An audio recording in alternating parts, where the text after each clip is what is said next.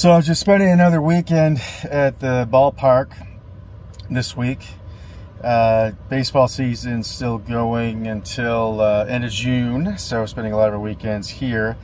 But this week was a interesting week. It was kind of a long week, and I'm starting to get the feeling that people have been just a little bit naughty the past year or so. Last time I felt like this was kind of in like 2008, 2009, where you could kind of see that there was a lot of stuff going on. Some of it was based on fear, some of it was based on greed, but it's just some things going on that weren't really above board. And I'm starting to get that feeling again, and whether it's in the world of politics or PPP loans or the economy or just business in general, I think there's a lot more that maybe is going on or that's happened since the COVID crisis started than most people realize. I think there were some people that came out okay.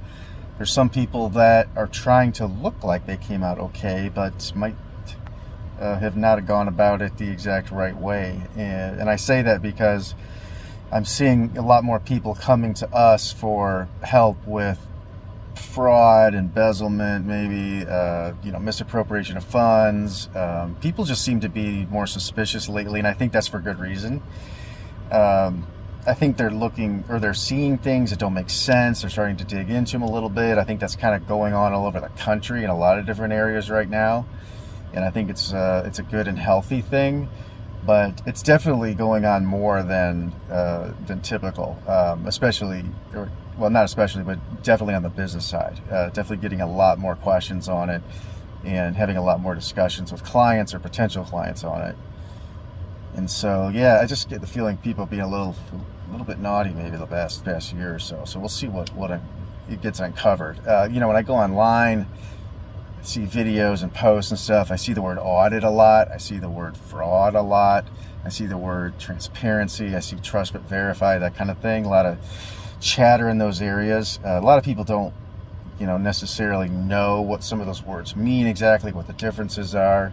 But I will say that, in one conversation I was having this week, somebody was asking me, well, what's involved in a forensic project, or what's involved in looking for fraud? And it's not necessarily a cookie cutter answer. I mean, there are basics that we look at, and there are signs of things to dig into, but it's kind of like Wheel of Fortune, where they give you some letters like R, S, T, L, N, and E. And I think nowadays they give you more than that, but that's what they gave you when I was growing up. And then you kind of fill in the rest. And that's kind of what it is in forensics or fraud, or just looking for things that could have been that things were sloppy. It could have been that things were, maybe it could be things that were intentional, irregularities. People have been under a lot of stress, and so people do weird things, and sometimes it's innocent, sometimes it's not. But anyway, if you have instincts that something's going on, trust those instincts, look into it. It doesn't hurt. And if it still doesn't make sense, keep looking into it, keep digging, see what you find. We have a full list of things that we look at as far as signs, and then once we see some of those signs, we kind of grade them and score them.